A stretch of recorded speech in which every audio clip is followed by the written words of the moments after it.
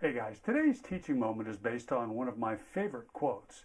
It's an inspirational quote or a motivational quote that doesn't carry the emotion or the positive passion or the dramatic impact that a lot of quotes carry, but this quote hits home on a subject that almost all of us love to avoid because it compels us to examine our behavior and forego the pleasure of immediate gratification, of perceived greatest pleasure right now in favor of the discipline of following our purpose, our life purpose, our passions right now, this moment. Now, following our life purpose or greatest life passion might on the surface sound like it would be more pleasurable a choice to make in this moment, but it's really typically not. Because following our greatest purpose and passion most often means doing work right now, this moment. Work that in fact might seem tediously boring or even painful. Now, there was a famous 40-year study begun in the 1960s by two Stanford University researchers. The study, appropriately enough, is now referred to as the marshmallow study. You may be familiar with it. In this study, the researchers brought preschool-aged kids one at a time into a room. A research associate spoke to each of the students or children briefly in the room. The researcher offered the child a choice of a treat, a marshmallow, a cookie, or a pretzel, and placed the treat on the table in front of the child. The researcher then told the child that they had to leave the room for 15 minutes and that they could have an additional treat if they could wait the 15 minutes until the researcher returned before the child ate the treat. More than 600 kids took part in the experiment. A minority of the children ate the marshmallow immediately. Of those who attempted to delay, only 1/3 actually deferred gratification long enough to get the second marshmallow. What makes the study so famous is that the researchers followed up the study subjects roughly every 10 years for 40 years. What they found was that those subjects who delayed gratification in the original study were overwhelmingly more successful in both subjective and objective measures of life success. Other studies have echoed this phenomenon. This is such an important point, one crucial to life success and fulfillment. The ability to delay gratification, the ability to hold off taking immediate, albeit shallow, pleasure for the promise or probability of greater future pleasure, fulfillment, meaning, success.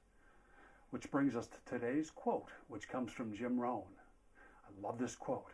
It's simple, yet profoundly true and important a lesson. We all must suffer one of two things: the pain of discipline or the agony of regret. It can be difficult to delay gratification, right? Especially today with all of the foods, the treats, and the electronic toys at our disposal from which we can get immediate gratification or, more often, distraction. But isn't that what it often is? Distraction, not even pleasure. And even when these distractions might be pleasurable, rarely, if ever, are they substantive or even considerable pleasure at that. Most often what we seek immediate pleasure and really brings little to no pleasure. It simply brings distraction, the avoidance of discipline, a denial of what is and will become as a result of our lack of discipline.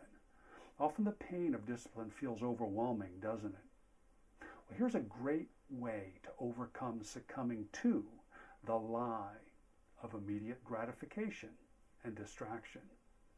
Instead of looking at the totality of what you're trying to discipline yourself into doing, rather than doing that, instead create a single, small, simple, easily accomplished action step that will move you in the right direction. And tie it to something that you already do each day. For example, let's say that I had a problem being disciplined in producing the articles and videos that this specific video and the article are based on. Let's say I habitually gave in to the drug of distraction that we call television or internet surfing. Or let's say I don't even give in to a task that is a distraction or a total waste of time. Let's imagine that I don't internet surf or watch TV, but instead I choose a productive task. But I choose tasks that I find relatively fun and pleasurable. Sure, they're productive, but they have an importance and priority lower than producing these videos and articles because they have more direct tie-in to my ultimate main thing in life, my purpose, my passion. So let's say I dread the prospect of having to sit at my computer and write articles, which I often do, to be perfectly honest. I know it's going to take me an hour, 2 hours to write the article, and then another hour, 2, 3 hours to shoot, edit the video, upload it to YouTube. It typically takes a half day, sometimes longer. And let's say much, or even all of this process is one that I don't find emotionally rewarding. It's something I naturally resist, I delay and avoid. Our human nature is to look at the whole. For me, that would mean the half-day plus process before me. We look at the whole, the frustration, the pain involved in the whole process. So instead of doing this, instead of doing the main thing we should be doing that is centrally tied to our life purpose, our mission, we delay or avoid or justify other productive work that isn't really a big priority.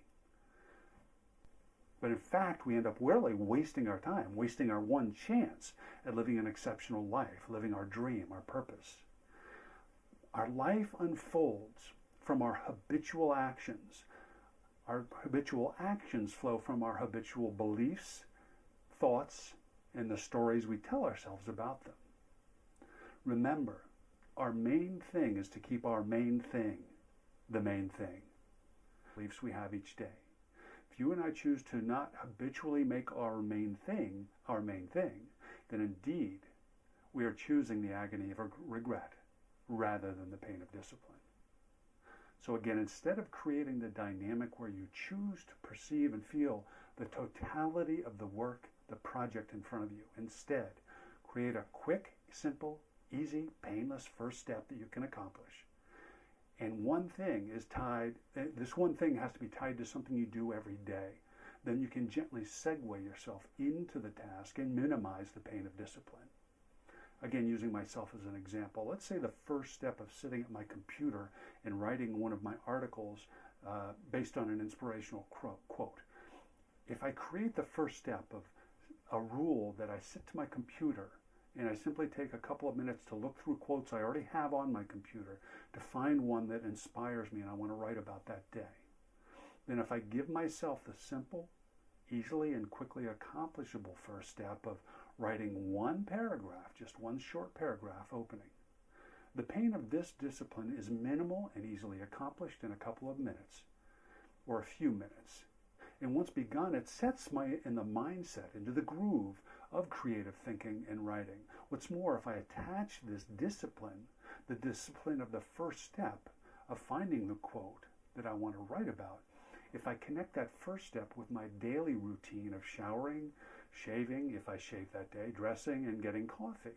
If, for example, I make sitting to my computer, which I do pretty much any day, every day anyway, but let's say each morning or every Tuesday, I make it a rule that when I sit to my computer, after I get coffee, after I've woken, meditated, visualized, showered, made coffee, and I sit down, if I add to this ritual I already engage in, if I add to that I must then sit to the laptop and find one quote, and then that I must write just one paragraph and that's it, then I've established the simple rule and ritual, the discipline, that each day or every Tuesday, whatever it is, finding that quote, writing that paragraph, it comes as easily, flows as naturally as showering and getting coffee.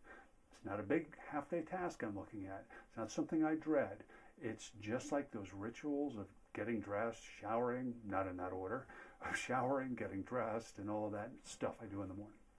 So break each of the larger tasks down into simply, easily accomplished tasks. Ritualize it. Set it into your life. Attach it to something else you already always do.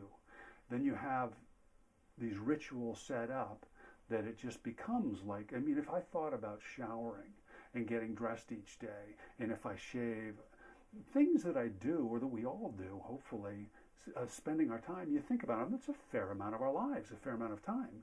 Is it interesting? No. I mean, a shower can be relaxing, but is it something we really want to invest that much time in? No, it's a ritual we created that we follow.